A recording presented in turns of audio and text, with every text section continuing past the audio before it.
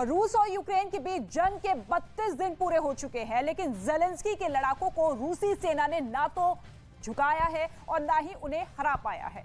Putin की हर चाल का ज़ेलेंस्की की सेना कैसे दे रही है जवाब, देखिए इस रिपोर्ट।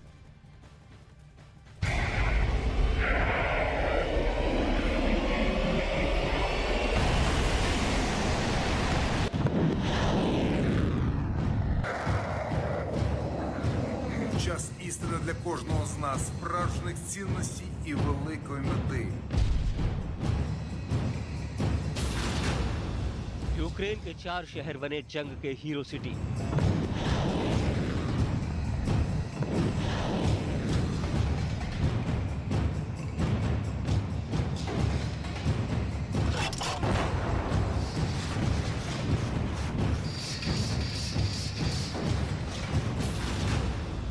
राष्ट्रपति ज़ेलेंस्की ने किया 4 शहरों का सम्मान।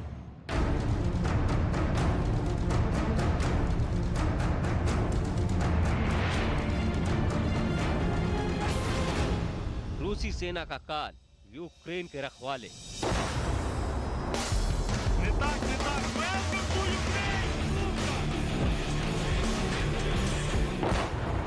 ज़ेलेंस्की के लड़ाइया।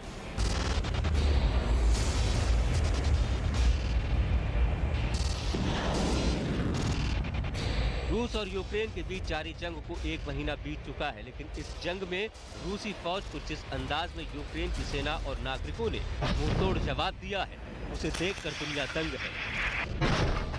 यूक्रेन का रूस जैसी महाशक्ति के खिलाफ जंग में 1 महीने तक टिके रहना वाकई काबिल तारीफ है,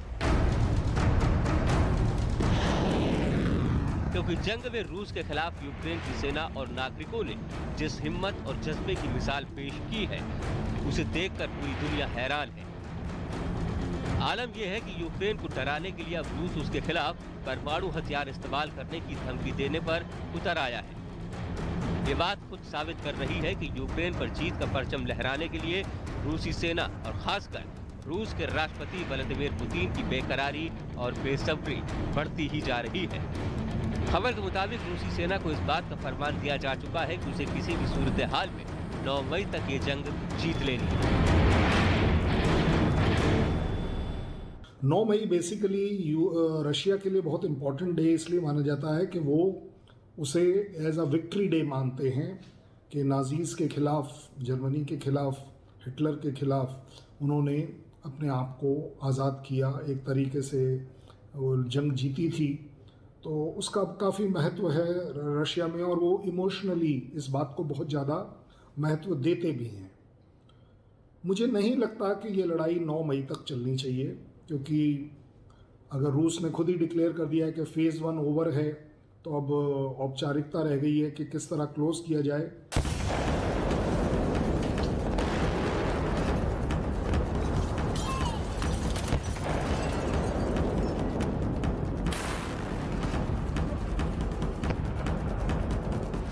आइए अब आपको एक और तस्वीर दिखाते हैं। इसे देखकर आपको अंदाजा हो जाएगा कि यूक्रेन के शहरों पर किस तरह रूसी सेना कहर बरसा रही है।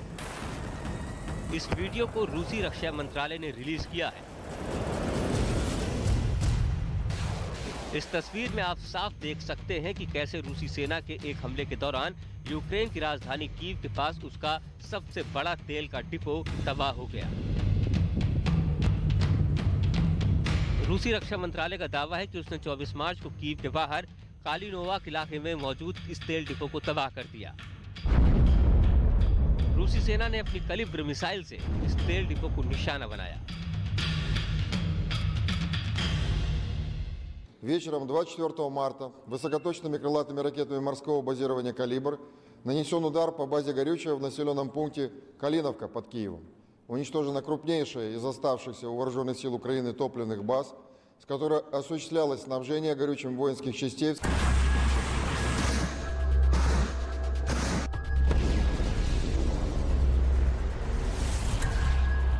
दरअसल रूस और यूक्रेन के बीच जंग आला और अदना के बीच की जंग है।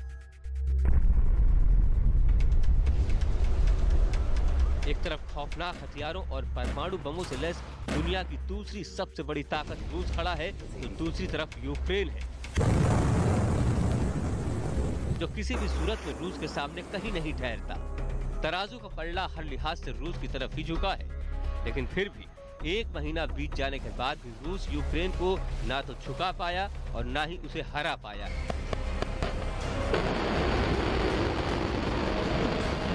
इसमें कोई शक नहीं कि रूस के खिलाफ यूक्रेन जिस तरह से जंग लड़ रहा है, उसके पीछे यूक्रेनी सेना और उसके नागरिकों की हिम्मत और हौसला ही है। इस हकीकत का सबसे बड़ा सबूत बना है यूक्रेन के राष्ट्रपति वोलोदिमीर ज़ेलेंस्की का एक ऐलान। दरअसल रूस के खिलाफ जंग के दौरान राष्ट्रपति ज़ेलेंस्की ने यूक्रेन के 4 शहरों को हीरो सिटी ऑफ यूक्रेन का सम्मान देकर सम्मानित किया है। ये 4 शहर हैं बुचा, इरपिन, निकोलाइव और अख्तरिया। इसके अलावा राष्ट्रपति ज़ेलेंस्की ने यूक्रेन के नेशनल गार्ड के 7 जाबाजों को भी हीरो ऑफ यूक्रेन अवार्ड से सम्मानित किया। इनमें से 5 लोगों को मरणोपरांत ये अवार्ड दिया गया। Російські танки стріляли по Запорізькій атомній станції. Росія ударила ракетами по Бабиному Яру. Зруйнувала вже більше 230 шкіл і 155 дитячих садочків. Вбила 128 дітей. Била ракетами по університетах. Спалює з реактивної артилерії житлові квартали, цілі міста, села. Просто в попіл.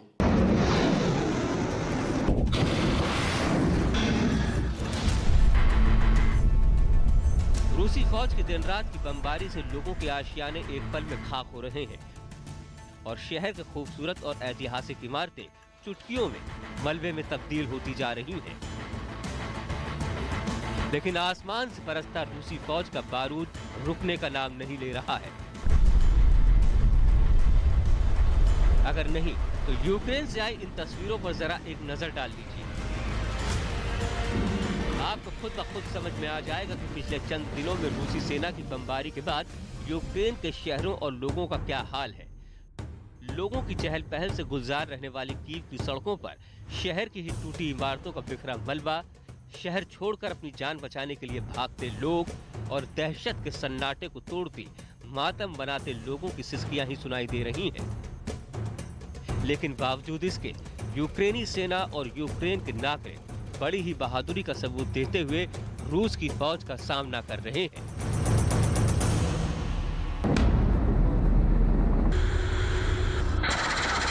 आलम यह है कि जंग शुरू हुए 1 महीना बीत चुका है, लेकिन अभी तक रूसी सेना यूक्रेन की राजधानी कीव पर कब्जा नहीं कर पाई है।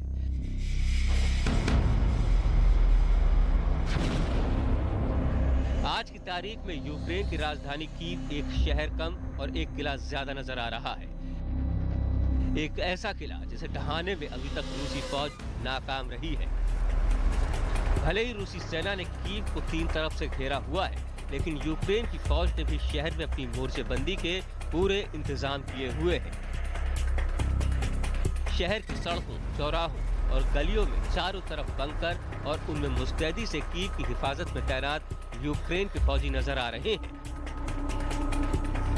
डिलेज की बात करें तो यस, डिले ज़रूर हुआ है और ऐसा समझा जाता है कि स्ट्रैटेजी ये भी रही होगी कि किसी भी वजह से इंटरनेशनल प्रेशर इतना ज़्यादा आएगा यूक्रेन और रशिया के ऊपर कि ये लड़ाई 10, 15, 20 दिन के अंदर रोक ली जाएगी। मुझे लगता है वर्ल्ड कम्युनिटी ने भी इसमें फेल हुई है। यूक्रेन अपने आप में स्टिफ रेजिस्टेंस दे रहा है, रशिया अपने आप में खूब ज़्यादा बमबारी कर रहा है, घातक बमबारी कर रहा है। दरअसल कीव की हिफाजत में यूक्रेनी सेना के साथ साथ कीव के मेयर विताली क्लिचको खुद भी डटे हुए हैं। विताली कीव के अंदर और बाहर मौजूद यूक्रेनी सेना के हर मोर्चे और हर बंकर में तैनात जवानों की हौसला अफजाई के लिए खुद उनसे मिलने जा रहे हैं। इतना ही नहीं, विताली कीव शहर में मौजूद यूक्रेनी नागरिकों से भी मिल रहे हैं और उन्हें यह भरोसा दिला रहे हैं कि रूस के खिलाफ जंग में जीत यूक्रेन के हौसले और हिम्मत की ही होगी।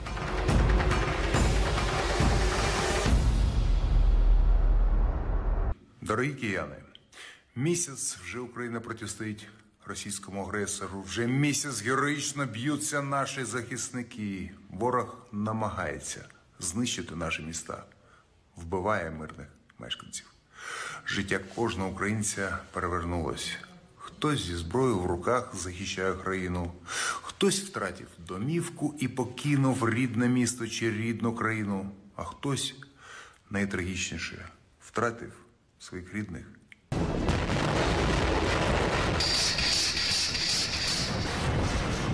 कीव के मेयर विताली क्लित्स्को के मुताबिक रूस को कीव पर कब्जा करने से रोकने के लिए आम शहरी भी हथियार उठा चुके हैं, लेकिन इसके लिए कीव को बहुत बड़ी कीमत भी चुकानी पड़ रही है। दरअसल रूसी सेना लगातार कीव पर बमबारी कर रही है, जिसकी वजह से पूरे शहर में तबाही और बर्बादी का ही मंजर नजर आ रहा है। У столиці загинули 75 мирних мешканців, з них 4 дитини. Поранено 307 цивільних і 16 дітей.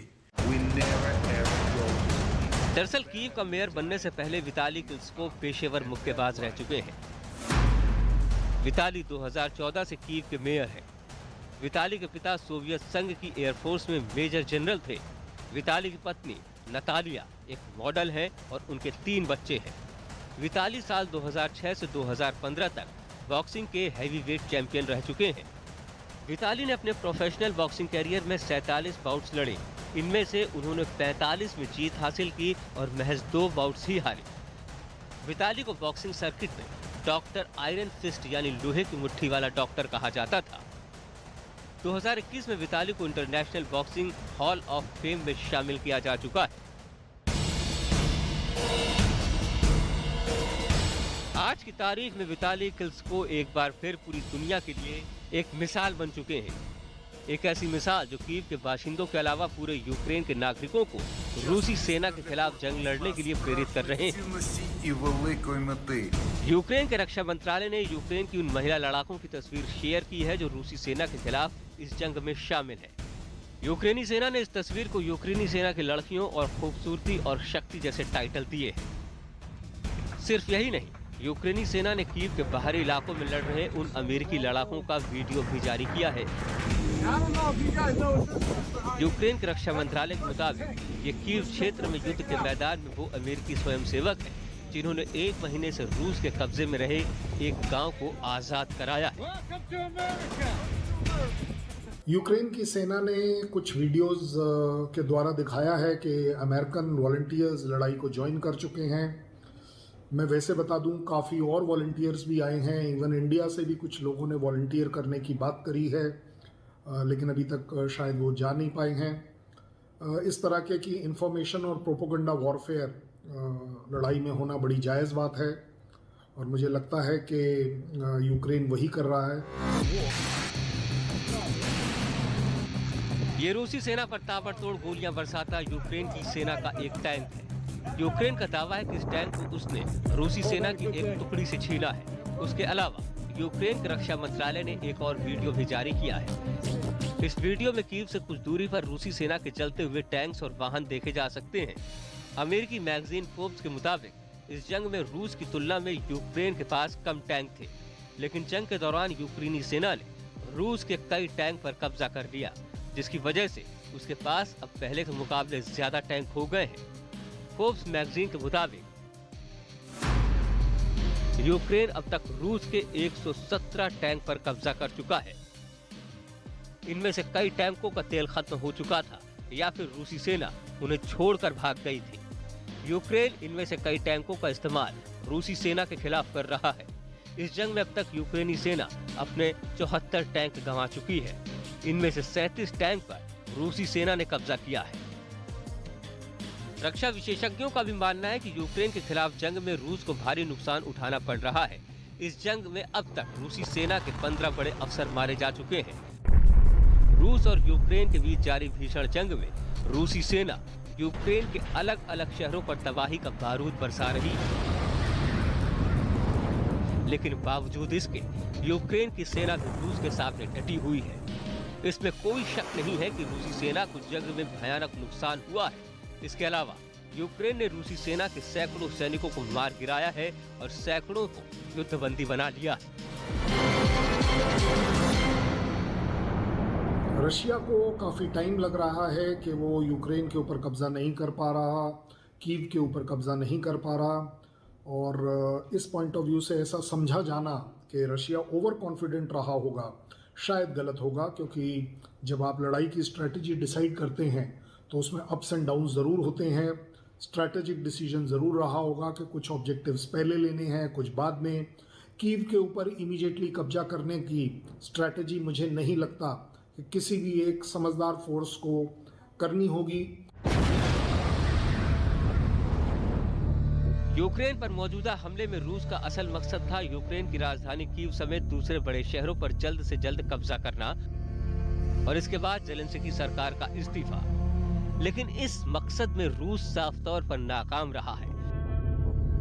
इसके अलावा रूस और यूक्रेन इन दोनों ही देशों की सेनाओं के मनोबल में बड़ा अंतर देखने को मिल रहा है। यूक्रेन के लोग अपने देश के अस्तित्व के लिए लड़ रहे हैं। इतना ही नहीं, यूक्रेन के सैनिकों की तादाद रूस के सैनिकों के मुकाबले कहीं कम है, लेकिन बावजूद इसके वो अपने हथियारों का इस्तेमाल रूसी सेना की तुलना में बेहतर तरीके से कर रहे हैं।